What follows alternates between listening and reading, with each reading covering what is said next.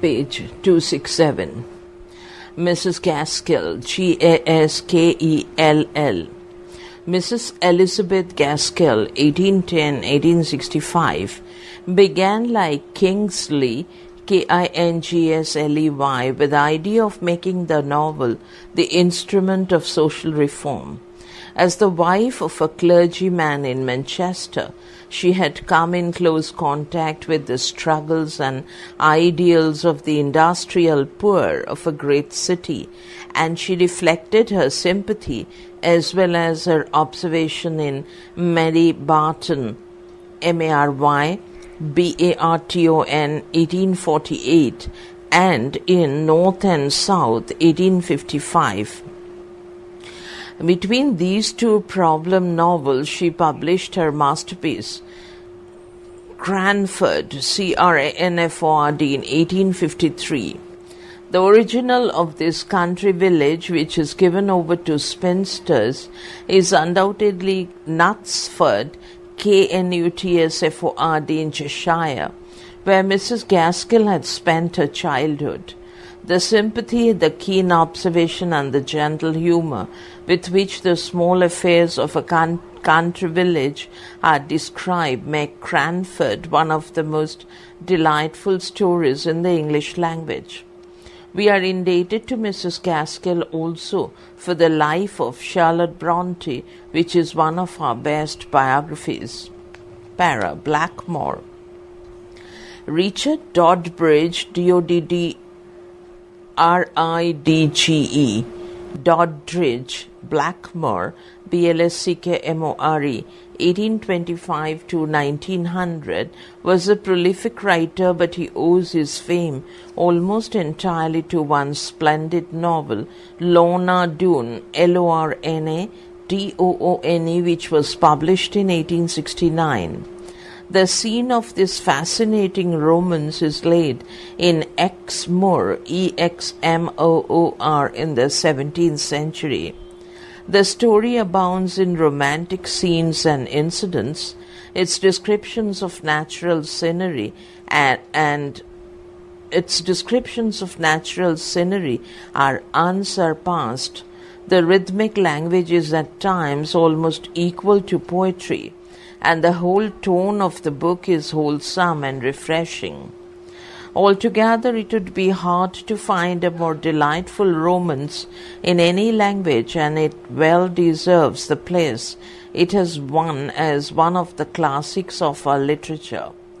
Other works of Blackmore which will repay the reader are Clara Vaughan, Vaughan, 1864, his first novel, The Maid of Sker, Sker, 1872, Spring Heaven, Springhaven, 1887, Pearly Cross, Perlykross, 1894, and Tales from the Telling House, 1896. But none of these, though he counted them his best work, has met with the same favour as Lorna Doone. Para. Meredith.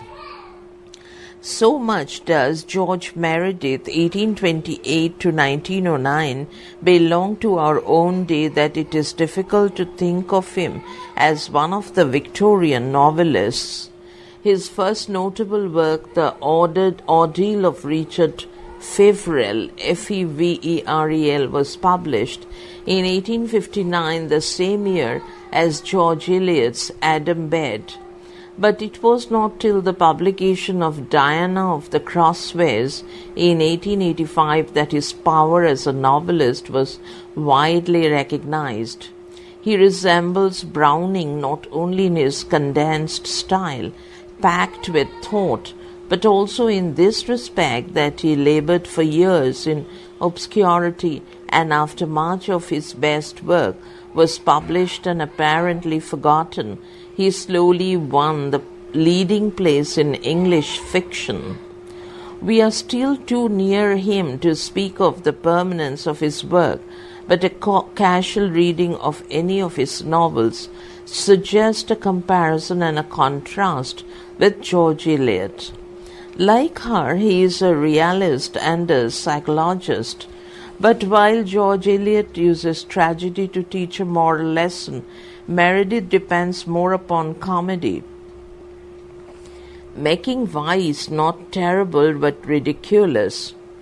For the hero or heroine of a novel, George Eliot invariably takes an individual and shows in each one the play of universal moral forces. Meredith constructs a type man as a hero and makes this type express his purpose and meaning. So his characters seldom speak naturally as George Eliot's do. They are more like Browning's characters in packing a whole paragraph into a single sentence or an exclamation. On account of his enigmatic style and his psychology, Meredith will never be popular, but by thoughtful men and women, he will probably be ranked among our greatest writers of fiction. The simplest and easiest of his novels for a beginner is The Adventure of Henry Richmond, 1871. Among the best of his works, besides the two mentioned above, are Beauchamp's Beauchamp' Career, 1876, and The Egoist, 1879. The latter is, in our personal judgment, one of the strongest and most convincing novels of the Victorian age. Para. Hardy, Hardy.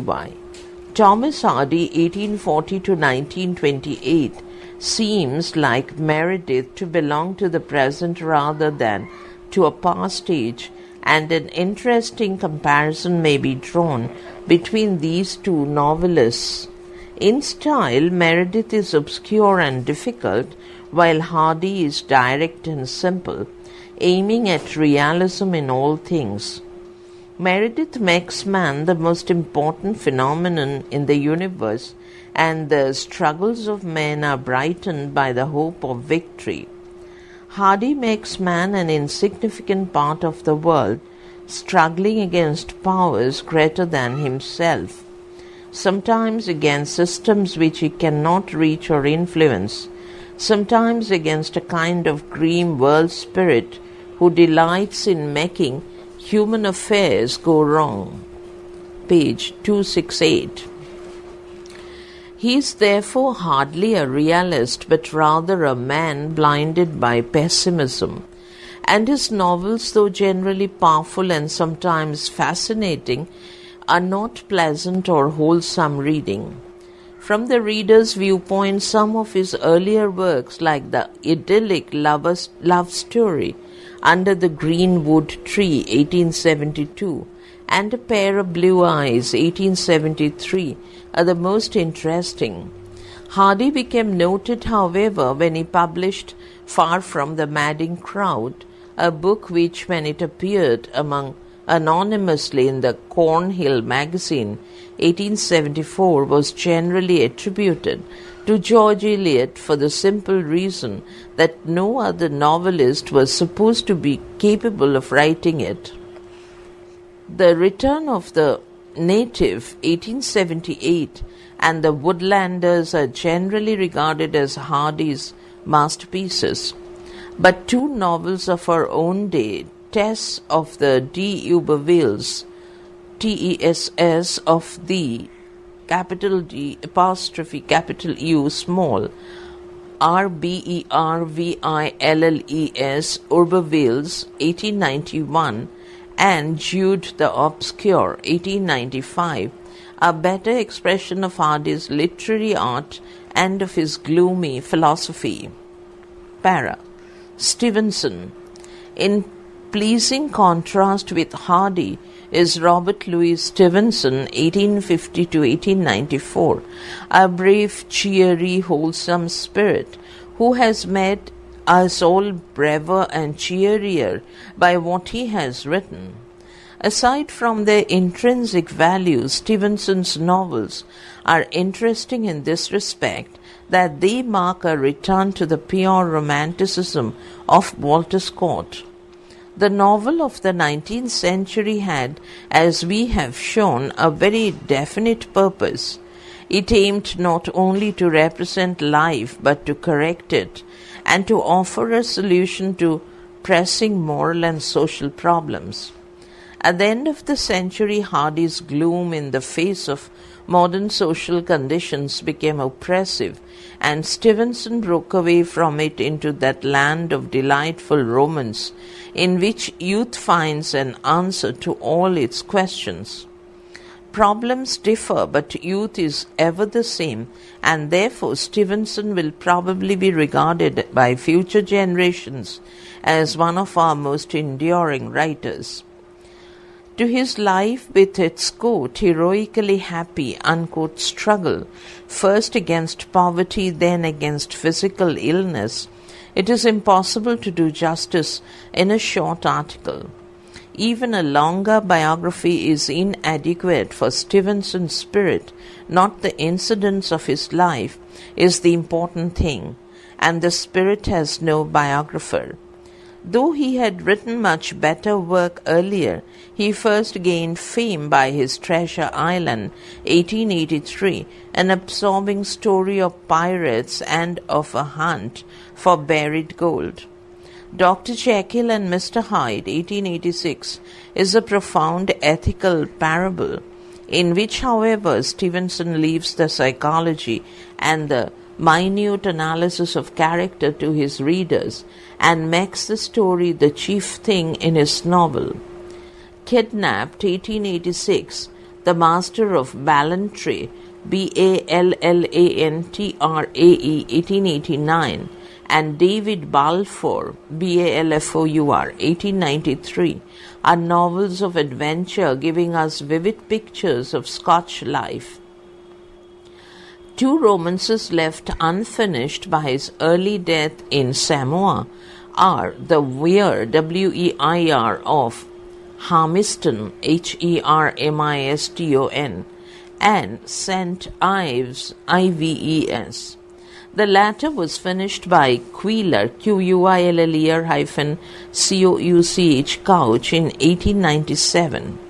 The former is happily just as Stevenson left it, and though unfinished, is generally regarded as his masterpiece.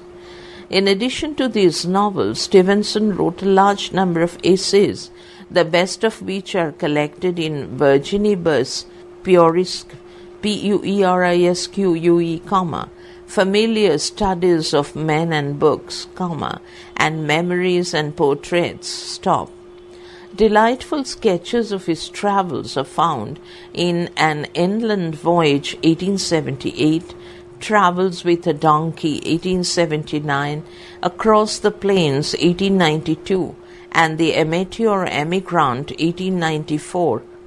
Underwood's 1887 is an exquisite little volume of poetry, and A Child's Garden of Verses is one of the books that mothers will always keep to read to their children. Para.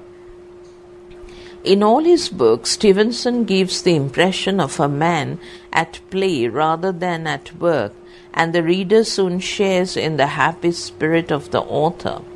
Because of his beautiful personality and because of the love and admiration he awakened for himself in multitudes of readers, we are naturally inclined to exaggerate his importance as a writer.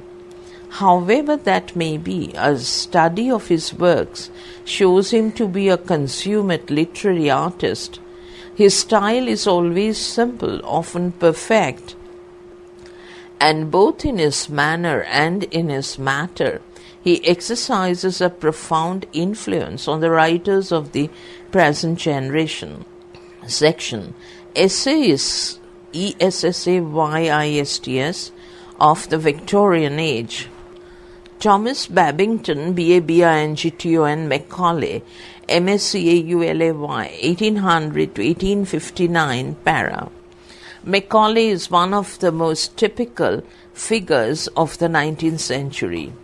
Though not a great writer, if we compare him with Browning or Thackeray, he was more closely associated than any of his literary contemporaries with the social and political struggles of the age.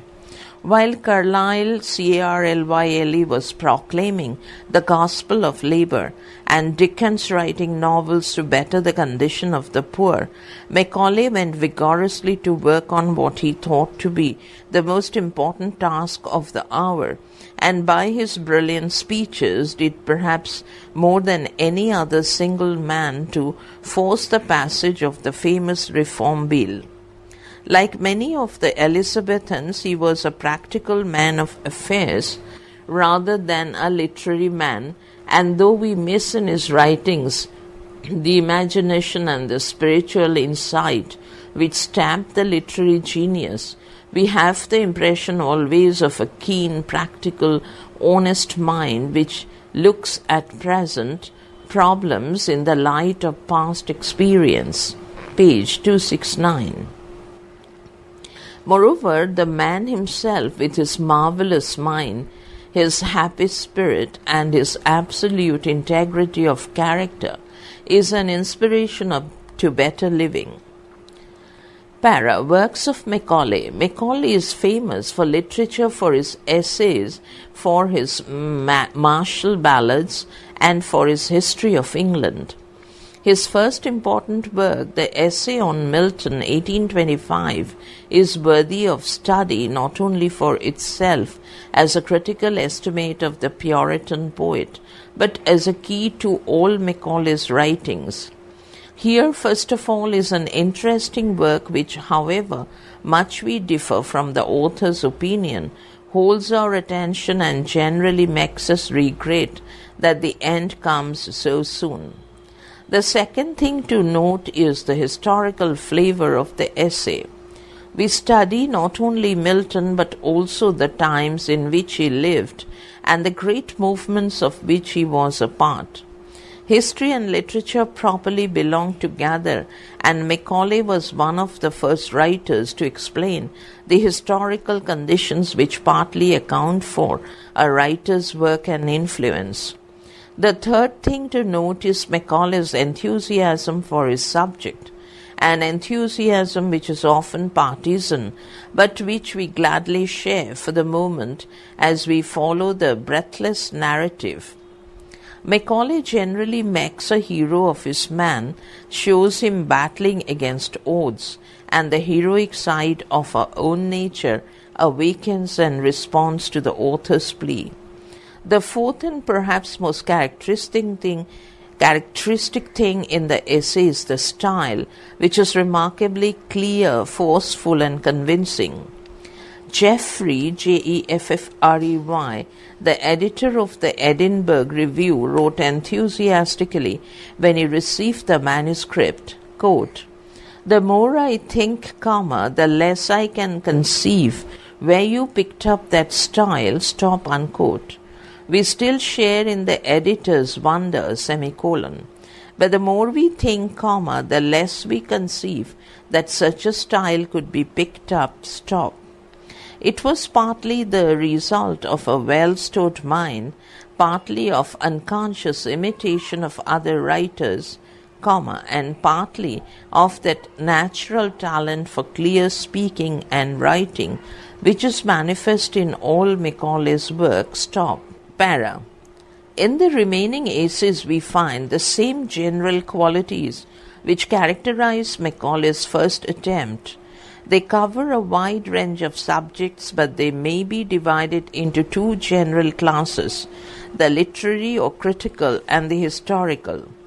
Of the literary essays, the best are those on Milton, Addison, Goldsmith, Byron, Dryden, Leigh Hunt, Leighunt, Bunyan, Bacon, and Johnson. Among the best known of the historical essays are those on Lord Clive, Chatham, Warren Hastings, Hallam, Hallam', Hallam's Constitutional History, Vaughan Rank's Ranke', History of the Papacy, Frederick the Great, Horace Walpole, William Pitt, Sir William Temple, Machiavelli, Machiavelli, and Mirabeau, Mirabeau. Most of these were produced in the vigor of young manhood between 1825 and 1845, while the writer was busy with practical affairs of state. They are often one-sided and inaccurate, but always interesting, and from them a large number of busy people have derived their first knowledge of history and literature. Para. The best of Macaulay's poetical work is found in the Lays, Lays of Ancient Rome, 1842, a collection of ballads in the style of Scott, which sing of the old heroic days of the Roman Republic. The ballad does not require much thought or emotion. It demands clearness, vigor, enthusiasm, action, and it suited Macaulay's genius perfectly. He was, however, much more careful than other ballad writers in making his narrative true to tradition. The stirring martial spirit of these ballads, their fine workmanship, and their appeal to courage and patriotism made them instantly popular. Even today, after more than 50 years, such ballads as those on Virginius, Virginius, and Horatius, Horatius, at the bridge, are favorite pieces in many school readers. Para. The History of England, Macaulay's masterpiece, is still one of the most popular historical works in the English language. Originally, it was intended to cover the period from the accession of James II in 1685 to the death of George IV in 1830. Only 5 volumes of the work were finished, and so thoroughly did Macaulay go into detail that these 5 volumes cover only 16 years. It has been estimated that to complete the work on the same scale would require some 50 volumes and the labor of one man for over a century. Para.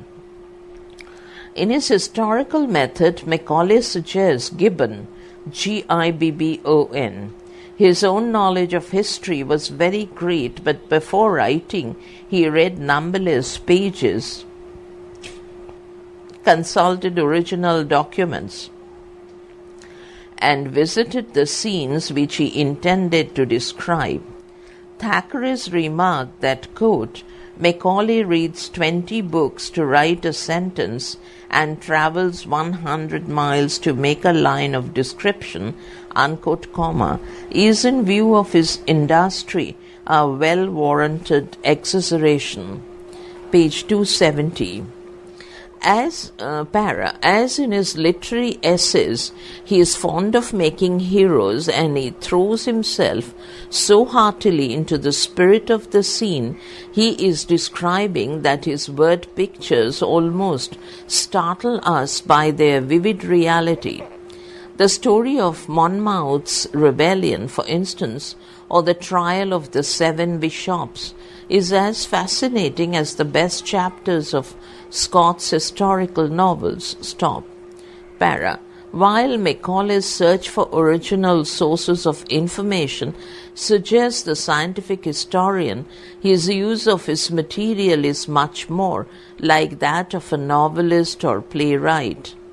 In his essay on Machiavelli, he writes, quote, the best portraits are perhaps those in which there is a slight mixture of caricature, comma, and we are not certain that the best histories are not those in which a little of the exaggeration of fictitious narrative is judiciously employed. Stop.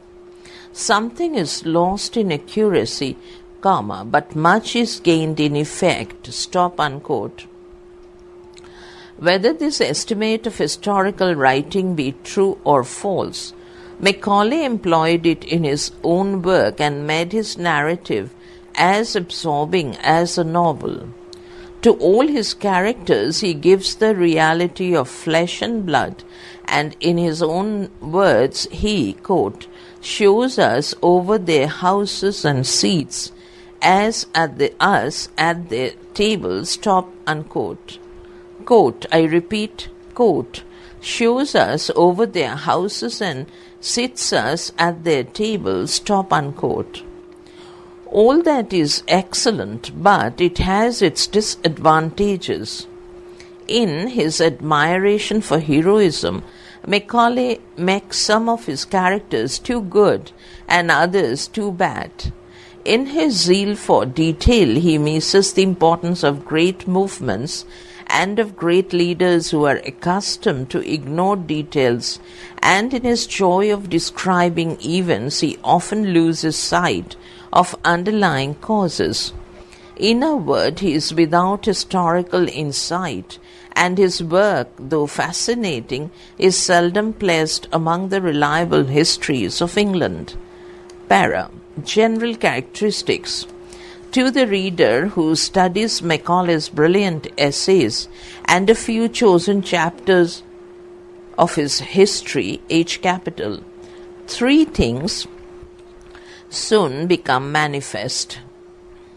First, Macaulay's art is that of a public speaker rather than that of a literary man. He has a wonderful command of language, and he makes his meaning clear by striking phrases, vigorous antitheses, anecdotes, and illustrations. His style is so clear that, quote, he who runs may read, comma, unquote, and from beginning to end he never loses the attention of his readers. Second, Macaulay's good spirits and enthusiasm are contagious. As he said himself, he wrote, quote, out of a full head, comma, unquote, chiefly for his own pleasure or recreation, and one who writes joyously generally awakens a sense of pleasure in his readers. Third, Macaulay has, quote, the defect of his qualities, unquote, stop. He reads and remembers so much that he has no time to think or to form settled opinions.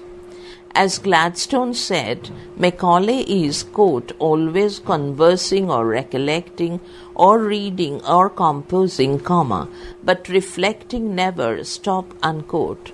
So he wrote his brilliant essay on Milton, which took all England by storm, and said of it afterward that it contained, quote, scarcely a paragraph which his mature judgment approved, stop, unquote. Whether he speaks or writes, he has always before him an eager audience, and he feels within him the born orator's power to hold and fascinate.